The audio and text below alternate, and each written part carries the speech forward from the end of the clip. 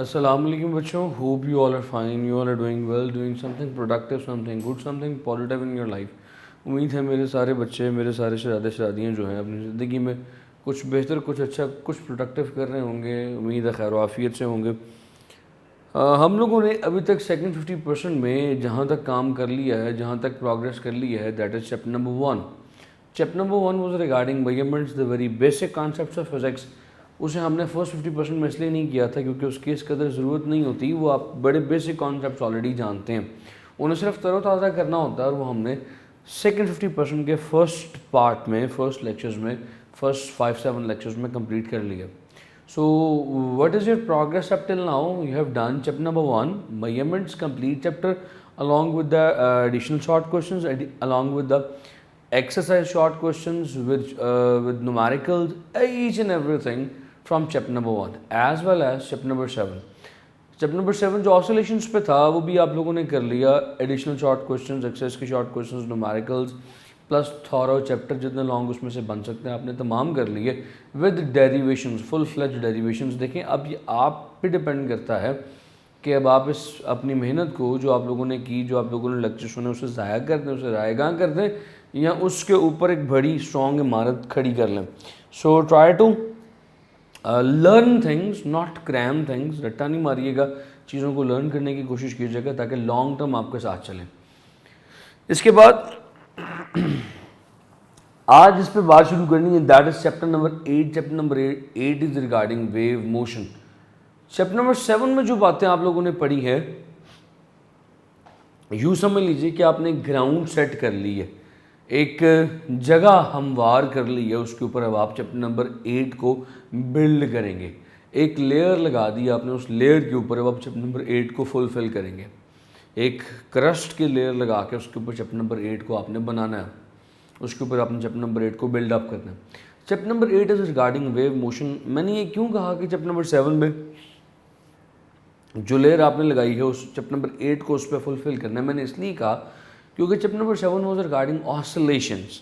Oscillations is once again vibration, और आपने ये देखा कि जो सिंपल हार्मोनिक मोशन है उसका वेव फॉर्म, क्या बोला, वेव फॉर्म साइनोसॉइडल वेव जैसा होता है। मैंने लास्ट टाइम भी बताया था शायद। सो भाईजान यहाँ पे भी बात वेव पे आके ख़त्म हुई है, यानी वो जिसका टच आपने चैप्टर नंबर 7 में लिया था, अब उसकी डिटेल डिस्कशन चैप्टर नंबर 8 में आप करेंगे। Chapter number 8 is regarding wave motion. So let's start, अपनी बात का आगाज़ करते हैं जी। बिस्मिल्लाहिर्रहमानिर्रहीम। What is wave? वेव क्या है? वेव का एक गलत कॉन्सेप्ट आप 9th में पढ़ के हैं, 10th में, बल्कि I guess 10th simple harmonic motion वाला चैप्टर 10th का था, आप 10th में पढ़ के हैं। मैं उसे गलत तो नहीं कह सकता, चलें मैं उसे यूँ कह सकता हूँ कि जिस वक्त आप 10th क्लास में थे तो वही आपके लिए बेहतर था। अभी बताता हूँ आप लोगों ने क्या पढ़ा था। 10th की वेव की डेफिनेशन को ज़रा डिफाइन करें। अगर तो आपने 10th अभी ताज़ी की है, आपके जहनों में है, तो मैं डेफिनेशन पढ़ूंगा, शायद आपके जहनों में दोबारा तरोताज़ा हो जाए, वापस आ जाए। आपने 10th में कहा था वेव, जुमला गौर से सुनिएगा, wave is a disturbance in a medium which causes the particles of the medium to propagate, to vibrate to and fro. याद है आपने कहा था कि किसी भी मीडियम के अंदर पैदा होने वाली डिस्टर्बेंस का नाम वेव है। मिसाल आप लेते थे कि अगर आप पानी में पत्थर फेंकें, तो आप, पानी एक मीडियम है, पानी में आपने पत्थर फेंका, पानी में डिस्टर्बेंस पैदा हुई, उस डिस्टर्बेंस के नतीजे में लहरें पैदा होनी शुरू हो गई। आप यही कहते थे कि it is a disturbance in a medium. अब मान लीजिए कि मीडियम ही नहीं है, क्योंकि आप जानते हो कुछ वेव्स ऐसी भी होती हैं जिन्हें मीडियम की रिक्वायरमेंट नहीं होती। They can propagate even without the presence of medium, for example electromagnetic waves. तो फिर क्या ये डेफिनेशन उस पर अप्लाई हो सकती है? उसमें तो मीडियम है ही नहीं, तो फिर आप कैसे डिफाइन करोगे it is a disturbance in a medium? Because electromagnetic waves में तो मीडियम ही नहीं है। सो ये डेफिनेशन जो आपने 10th क्लास में पढ़ी थी, it is disturbance in a medium, is not a correct definition. So how can you define wave? अब एक proper definition जो एक ज़्यादा solid या ज़्यादा correct definition है उसका सहारा लेते हैं। सो व्हाट इज वेव? देखिएगा गौर से, जरा मेरे साथ साथ रहिएगा। Wave, it can transmit energy without transmitting matter. Wave एक ऐसी बला का नाम है, एक ऐसी चीज का नाम है विच कैन ट्रांसमिट एनर्जी, जो कि एनर्जी को ट्रांसमिट कर सकती है। ट्रांसमिट बोले तो एक जगह से दूसरी जगह भेज सकती है, विदाउट ट्रांसमिटिंग मैटर। मैटर को, मास को, मादे को ट्रांसमिट किए बगैर it can only transmit energy. Example देता हूं कि जब मैं एक बॉल इस दीवार पे मारूंगा तो असल में जब बॉल इस दीवार को जाके टकराएगा तो बॉल अपनी एनर्जी इस दीवार को डिलीवर करेगा, लेकिन एनर्जी को डिलीवर करने के साथ साथ बॉल बजाते खुद एक मास है ना, बॉल खुद भी तो जा रहा है, बॉल यानी मास खुद भी तो डिलीवर हो रहा है। सो एग्जांपल ले लीजिए कि जब आप किसी बॉल की बात करते हैं, when you throw the ball, जब आप किसी बॉल को किसी सर्टेन डायरेक्शन में फेंकते हैं तो बॉल यानी मास और एनर्जी इकट्ठे कंबाइन ट्रांसफर होते हैं। सो मास प्लस एनर्जी दोनों चीजें इकट्ठी कंबाइन ट्रेवल करती हैं। बट वेव एक ऐसी चीज है जिसमें एनर्जी अकेली ट्रेवल कर सकती है विदाउट ट्रांसपोर्टिंग मास। इसकी बड़ी बेहतरीन एग्जांपल देता हूँ, कीजिएगा मत, या बचपन में हो सकता है आपने किया भी हो। एक बड़ी सी रस्सी लें या अम्मा का दुपट्टा या बेड शीट को ऐसे रोल कर लें, एक रस्सी एक रोप की शक्ल में बन जाए, अपने छोटे भाई को उसका एक सिरा पकड़ा दें और दूसरे सिरे को लेकर ज़रा फासले पे खड़े हो जाएं।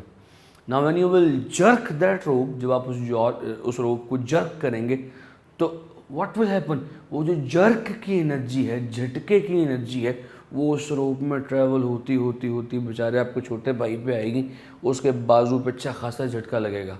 ये मैं छोटे भाइयों को तंग करने की किताब लिख रहा हूँ एक उससे मनकूल है, ऐसे बिल्कुल नहीं, छोटे भाई को कतई तौर पे तंग ना कीजिएगा।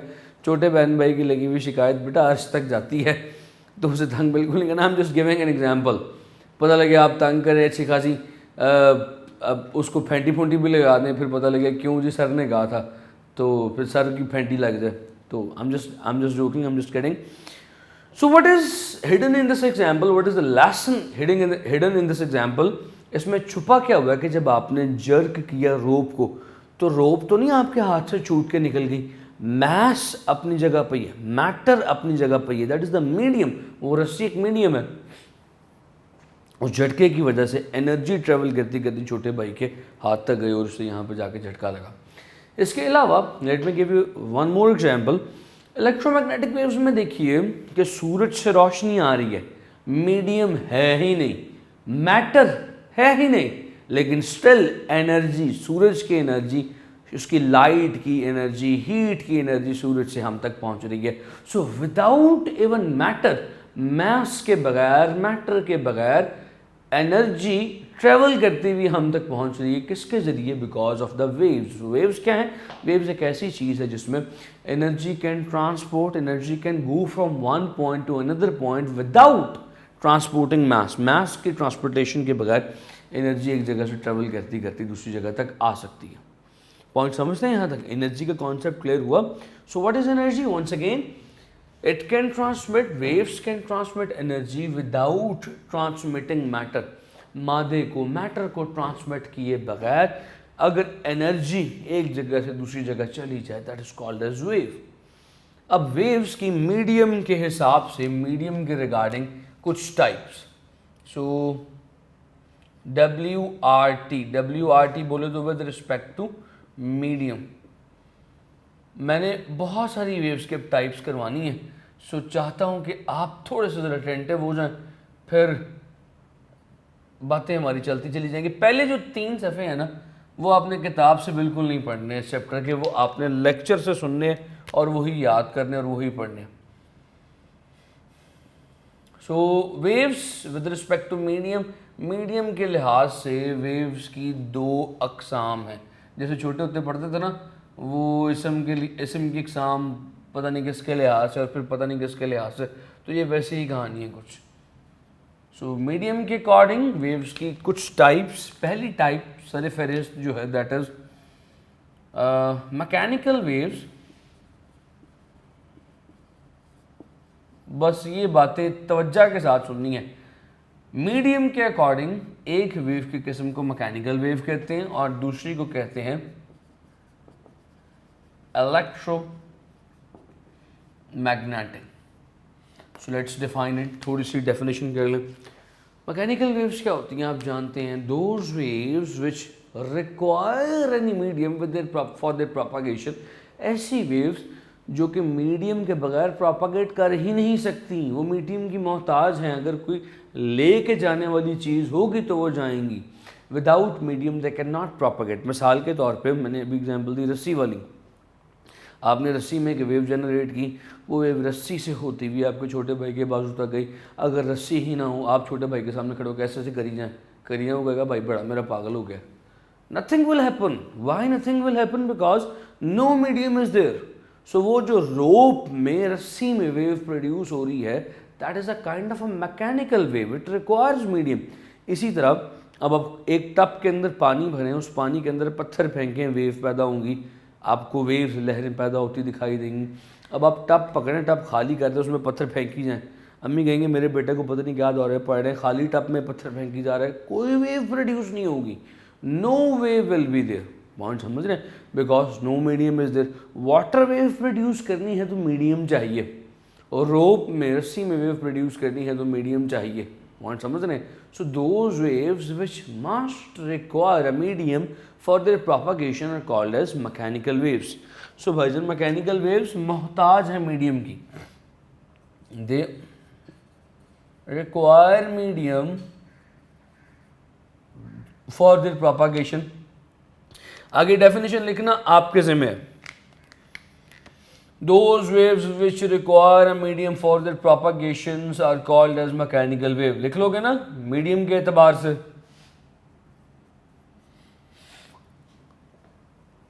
What are electromagnetic waves? Electromagnetic waves they do not require any medium for their propagation। अब देखो, सूरज से लेके ज़मीन तक, सूरज से लेके हमारी अर्थ की एटमॉस्फेयर तक there is no medium, complete vacuum, कुछ भी नहीं है, कुछ भी नहीं है। वो गाना आपको याद आ गया होगा।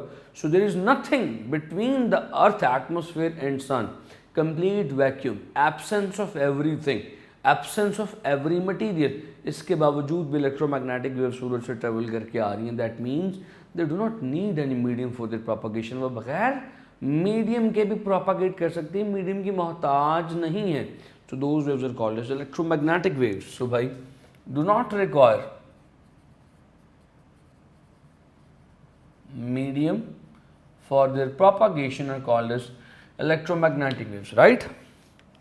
आइए इनकी एग्जांपल्स भी दे देते हैं एक आधी। अभी मैंने इसकी एग्जांपल दी। What is the example? Water waves, sound waves,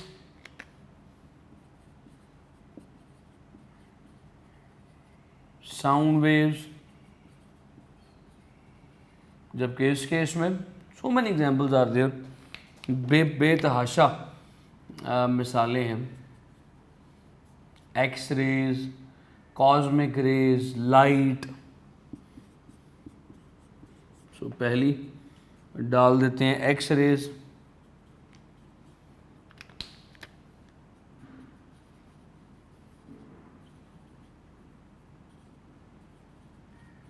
cosmic rays and much more, और ऐसी ढेर सारी और एक्स रेज, कॉस्मिक रेज, फिर उसके बाद gamma rays, beta rays, not beta rays, beta electrons.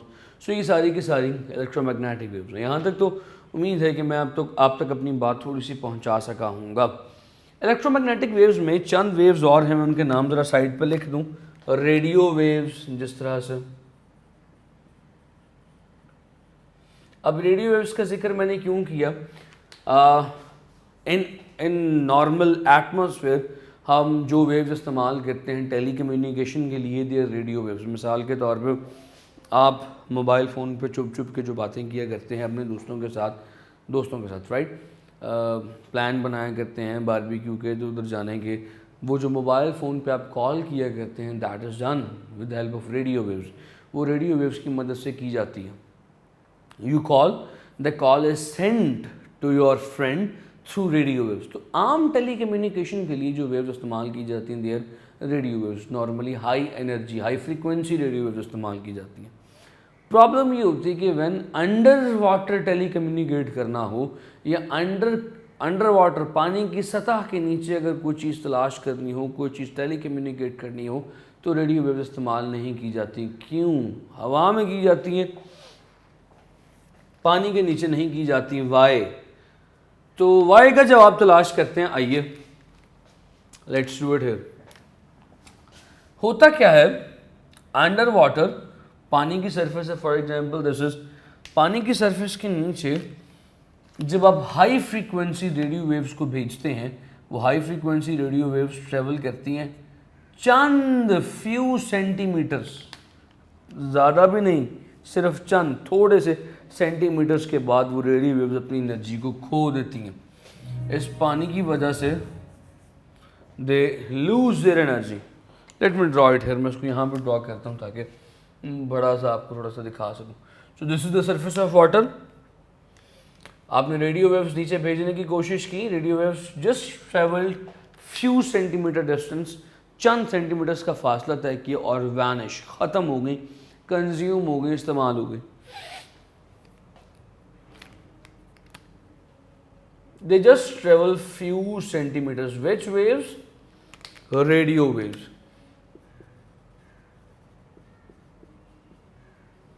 तो फिर पानी के नीचे टेलीकम्युनिकेट करने के लिए, पानी के नीचे राब्ता बनाने के लिए या पानी के नीचे कोई चीज़ तलाश करने के लिए क्या चीज़ इस्तेमाल की जाए?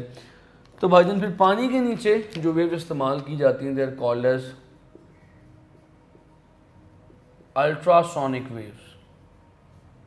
Ultrasonic waves are used underwater. Now what happens with ultrasonic waves?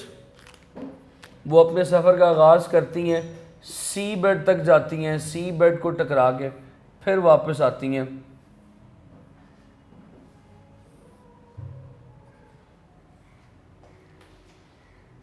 Like this, नीचे आई, सी बेड को टकरा के फिर वापस ऊपर आई।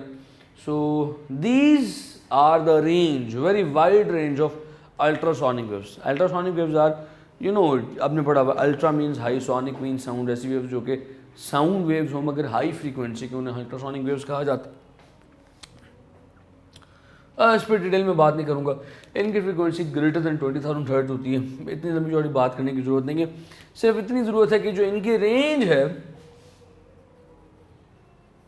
That is several kilometres under water, पानी के नीचे कई किलोमीटर तक ये जा सकती हैं। ये मैंने क्यों बताया आपको, पेज नंबर किताब का जो है 162 पे डू यू नो में हरा डब्बा एक बना हुआ है, तो उस हरे डब्बे में ये बात, बड़ा मशहूर एमसीक्यू लिखा हुआ है कि जी पानी के नीचे हाई फ्रीक्वेंसी रेडियो वेव्स कितना फासला तय करती हैं, जस्ट फ्यू सेंटीमीटर। और फिर कौन सी वेव्स इस्तेमाल की जाती हैं? अल्ट्रासोनिक वेव्स इस्तेमाल की जाती हैं। वो कितना फासला तय करती हैं? सेवरल किलोमीटर्स का। ये एमसीक्यू है। ये चारों बातों में से कोई भी बात पूछ ली जा सकती है कि भाई पानी के नीचे कौन सी वेव सिर्फ चंद सेंटीमीटर तय करती है? Radio waves. कौन सी वेव्स कई किलोमीटर तय करती हैं? They are called as ultrasonic waves. Point समझ गए यार? सो ये एमसीक्यू था जो मैंने आप तक पहुंचा दिया। सो ये तो बात हो गई, अब चलते हैं आगे। हम रिमूव इट, इसकी ज़रूरत नहीं है अभी। लो जी, एक कदम आगे बढ़ते हैं। मैंने अभी तक आपसे जो बात की है that is on the waves with respect to medium. Waves medium के अतबार से कितनी किस्मों की हैं? 2। अब बताऊंगा वेव्स प्रोपागेशन के हिसाब से या वाइब्रेशन के हिसाब से कितनी किस्मों की हैं।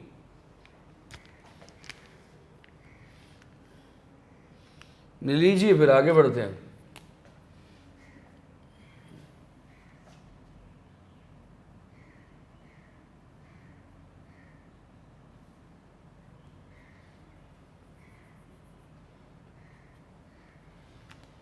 सो वेव्स की एक टाइप यहाँ से बाहर आ रही है, this is with respect to vibration. उसमें वाइब्रेशंस किस किस्म की होंगी?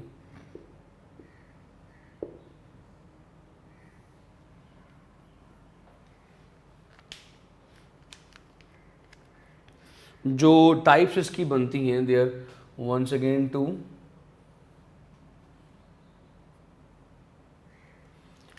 द फर्स्ट वन इज, जो सबसे पहली है, दैट इज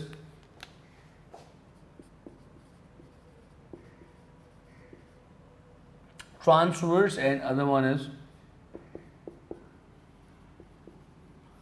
हाँ जी, आपको शायद अजीब लगे जो अगली बात मैं कहने लगा, आपने बचपन में ये पढ़ा था मैकेनिकल वेव्स की टाइप्स होती हैं दो, ट्रांसवर्स और लॉन्गिट्यूडनल। नहीं, कतई तौर पे नहीं। ज़रूरी नहीं है कि मैकेनिकल वेव्स होंगी तो ही ट्रांसवर्स और लॉन्गिट्यूडनल हो, इलेक्ट्रोमैग्नेटिक भी ट्रांसवर्स हो सकती हैं। लिहाजा ये जो दो टाइप्स है वेव की, ये वाइब्रेशन के एतबार से कि इन वेव्स में वाइब्रेशन किस किस्म की मौजूद है, इनमें वाइब्रेशन कैसी होती है, तो उस एतबार से हम इनको कैटेगराइज करते हैं ट्रांसवर्स वेव्स में और लॉन्गिट्यूडनल वेव्स में। वो जो बचपन में कॉन्सेप्ट लिया था ना कि मैकेनिकल है तो ही दो टाइप्स हैं, ट्रांसवर्स और लॉन्गिट्यूडनल नहीं। इलेक्ट्रोमैग्नेटिक भी ट्रांसवर्स हो सकती हैं। मैकेनिकल में तो आपने बचपन से पढ़ा हुआ है कि ट्रांसवर्स और लॉन्गिट्यूडनल होती हैं, इलेक्ट्रोमैग्नेटिक भी आमतौर पर ट्रांसवर्स होती हैं। तो ये जो दो टाइप्स हैं वो वाइब्रेशन के एतबार से। सो ट्रांसवर्स का मतलब क्या है, कोई बता सकता है? ज़रा बताइएगा। ट्रांसवर्स लफ्ज़ का मतलब है, जिसे इंग्लिश में आपने पढ़ा हुआ है,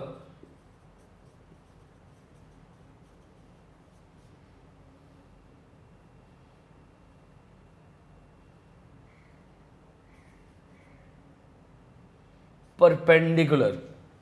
पढ़ा हुआ ना छोटे होते, परपेंडिकुलर लफ्ज़। सो ट्रांसवर्स असल में परपेंडिकुलर को कहते हैं। परपेंडिकुलर बोले तो 90 डिग्रीज का angle. So what happens in transverse wave? Transverse wave में क्या होता है, मैं वाइब्रेशन की बात करूं, इन the case of transverse waves, wave की प्रोपागेशन और पार्टिकल्स की वाइब्रेशन, वेव की प्रोपागेशन, प्रोपागेशन वेव किस डायरेक्शन में जा रही है, उस डायरेक्शन को अगर कंपेयर किया जाए वाइब्रेशन के साथ तो परपेंडिकुलर होती है। एग्जाम्पल देता हूँ, ये through a stone in the water.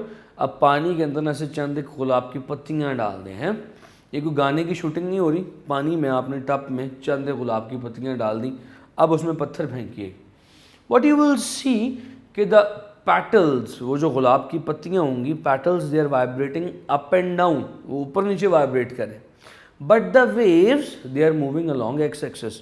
पानी की लहरें एक सिरे से चलती चलती दूसरे सिरे तक जा रही हैं। So wave propagation along X axis है, लेकिन वाइब्रेशन अलॉन्ग वाई एक्सिस है। सो इस केस में वाइब्रेशन में और प्रोपागेशन में एंगल कितना, 90 डिग्री। तो हम क्या कहेंगे, कौन सी वेव है? ट्रांसवर्स वेव है।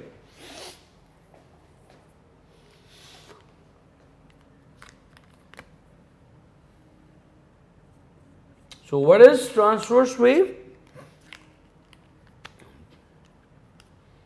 Vibration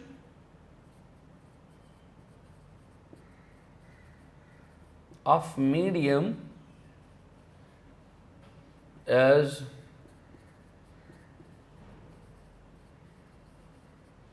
perpendicular to propagation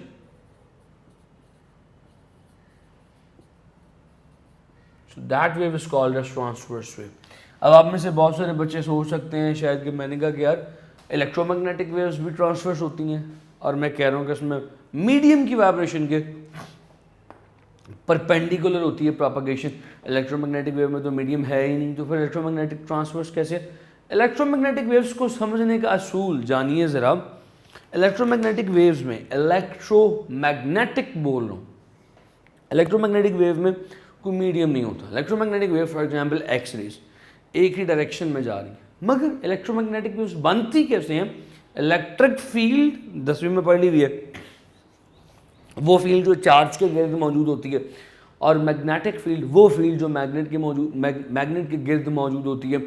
electromagnetic waves कैसे बनती हैं? इलेक्ट्रिक फील्ड और मैग्नेटिक फील्ड एक दूसरे के परपेंडिकुलर होती हैं। समझाता हूँ कैसे।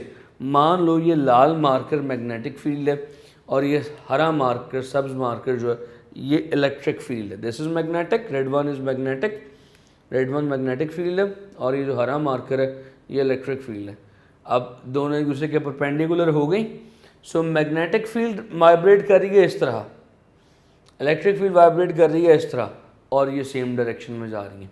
सो देखिए इस इलेक्ट्रोमैग्नेटिक वेव में परपेंडिक vibration of field, electric field and magnetic field आपस में परपेंडिकुलर है, लिहाजा ये इलेक्ट्रोमैग्नेटिक वेव्स भी ट्रांसवर्स कंसिडर की जाती हैं। पॉइंट समझ गए हो? पॉइंट समझ गए? सो इसकी डेफिनेशन क्या है? डेफिनेशन लिख लो। ट्रांसवर्स वेव्स आर, पर ट्रांसवर्स वेव की डेफिनेशन लिख लो, vibration of the medium is perpendicular to the propagation of wave. ठीक है, लिख ली डेफिनेशन? नहीं भी लिखी तो बैक करके थोड़ा सा लिख लेना, क्योंकि मुझे जगह थोड़ी सी चाहिए। मैं इतनी बड़ी डेफिनेशन को मिटा के सिर्फ एक वर्ड लिख लेता हूँ इसमें, waves propagation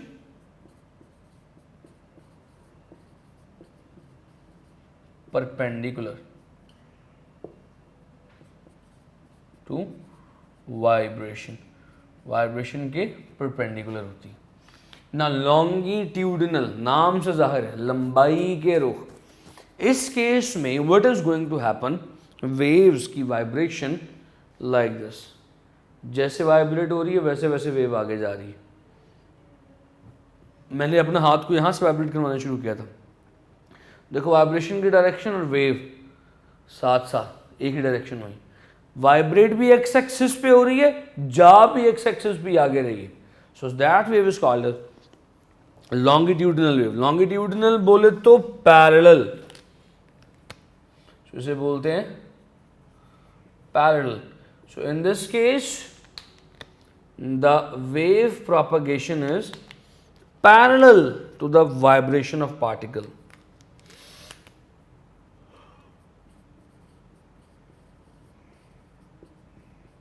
Propagation is parallel.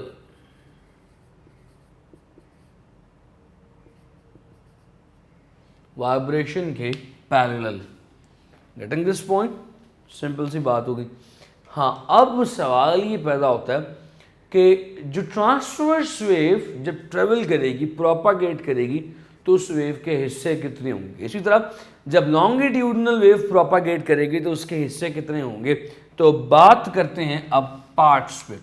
Transverse wave की एग्जांपल्स तो मैंने दी नहीं, बल्कि एग्जांपल्स पे लिख देता हूँ यहाँ पे। एग्जांपल्स बड़ी ज़रूरी हैं डेफिनेशन के लिए। एग्जांपल्स यकीन करें डेफिनेशन के लिए उतनी ही ज़रूरी हैं जितनी सब्ज़ी के साथ धनिया ज़रूरी है मुफ्त का।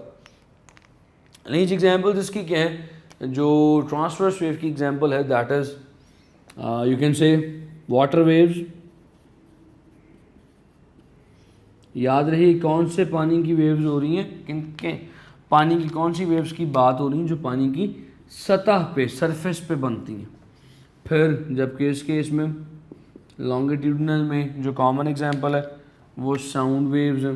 These sound waves are the example of longitudinal waves. तो भाईजान अब इनकी बात करते हैं पार्ट्स के ऊपर कि इनमें कौन कौन से पार्ट्स मौजूद होते हैं।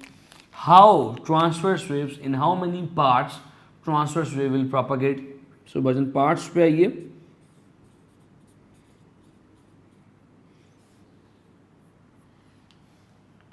ट्रांसवर्स वेव में दो पार्ट्स इंपॉर्टेंट हैं, वही दो पार्ट्स शर्त हैं इस वेव की प्रोपागेशन का। मान लीजिए कि ये मीन लाइन है, मीन पोजीशन की लाइन है, जो transverse wave will propagate in these two parts. एक ऊपर वाली कर्व और एक नीचे वाली कर्व। अब आप जानते हैं इन कर्व्स को क्या कहते हैं। ऊपर वाली जो मीन पोजीशन से, मीन लाइन से ऊपर हो, दैट इज कॉल्ड एज, बोलिए, क्रेस्ट, शाबाश। और नीचे वाली को ट्रफ कहा जाता है। सो ये दो पार्ट्स हो गए हमारे पास ट्रांसवर्स वेव के। Transverse wave vibrate in these two portions, crest and trough. जबकि in the case of longitudinal waves इसके पार्ट्स क्या होंगे,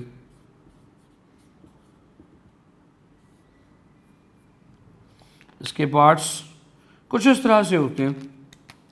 जब धक्का ऐसे से वाइब्रेट करती हुई आगे जाती है ना, जब धक्का आगे जाता है तो क्या चीज़ पैदा होती है, उसे कहते हैं compression. Particles of the medium come very close, एक दूसरे के बहुत करीब आ जाते हैं, लाइक दिस। ये particles of the medium they are very close together.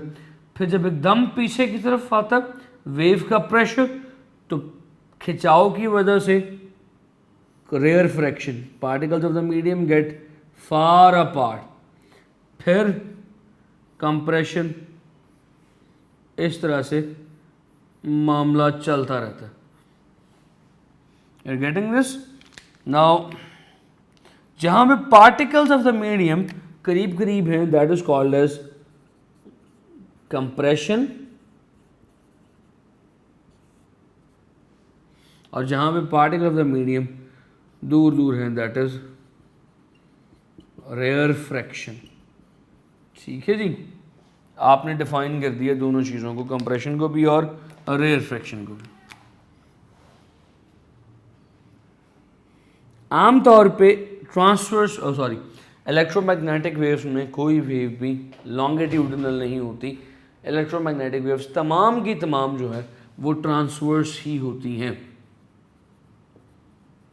No electromagnetic waves is longitudinal, right.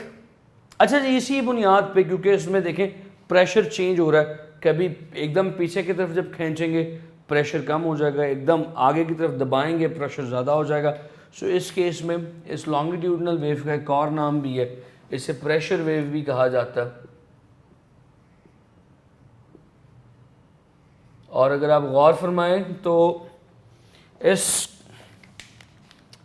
Transverse wave में कपल की फोर्स लगता है ना, लग रही है यहाँ से, इस पे फोर्स ऊपर लग रही है, लिहाजा ऊपर की तरफ एक बल्ज पैदा हो गया, इसमें फोर्स लगता है, नीचे की तरफ लग रही है तो नीचे की तरफ एक बल्ज, उभार नीचे की तरफ पैदा हो गया।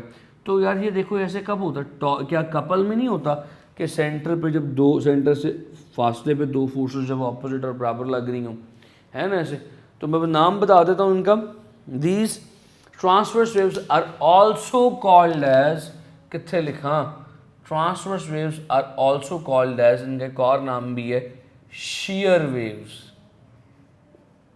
नाम याद रख लीजिएगा, इन्हें शेयर वेव्स भी कहते हैं। ठीक है जी, यहाँ तक कोई इतराज़, कोई सवाल? देखेंगे वही चीज़ें थी जो आपने पहले पढ़ी हुई थी, बस थोड़ी सी एडिशन की है, इनमें थोड़ा सा मसाला ऐड किया, तो कितनी चीज़ें बहुत सारी वो भी निकलें जो आपने नहीं पढ़ी हुई। बस थोड़ा सा एक कदम और, बस आखिरी एक कदम और, मैं आपको एक नाम और बता दूं। वेव्स की कुछ अक़साम हमने मीडियम के लिहाज से कर ली, कुछ वेव्स की अक़साम हम लोगों ने वाइब्रेशन के लिहाज से कर ली, और मीडियम्स की, अब वेव्स की कुछ अक़साम हमने करनी है प्रोपागेशन के लिहाज से, कि वेव की प्रोपागेशन के लिहाज से कितनी अक़साम, फिर वेव की कुछ अक़साम करनी है इंशाल्लाह कल के लेक्चर में टाइम पीरियड के लिहाज से, दो और करनी है। फिर जब दो वो करवा दूंगा, फिर आपसे एग्जांपल्स करवाऊंगा कि बताओ भाई ये वेव कौन सी है, वहाँ पे फिर आप इंशाल्लाह मेरा साथ देंगे। तो लें जी, यहाँ पे मैं अपनी बात को वाइंड अप करता हूँ, इससे पहले कि मज़ीद मेरा लेक्चर बोर हो जाए और आप समझने से कासिर हो जाएं। So let's stop it here, यहाँ पे इसे ख़त्म करते हैं। आप नक्शड़ी शक्ल बना के कहेंगे यार मुकदा ही नहीं पिया, बस बहुत ज़्यादा हो गया, तो आपके कहने से पहले let it wind it up hair.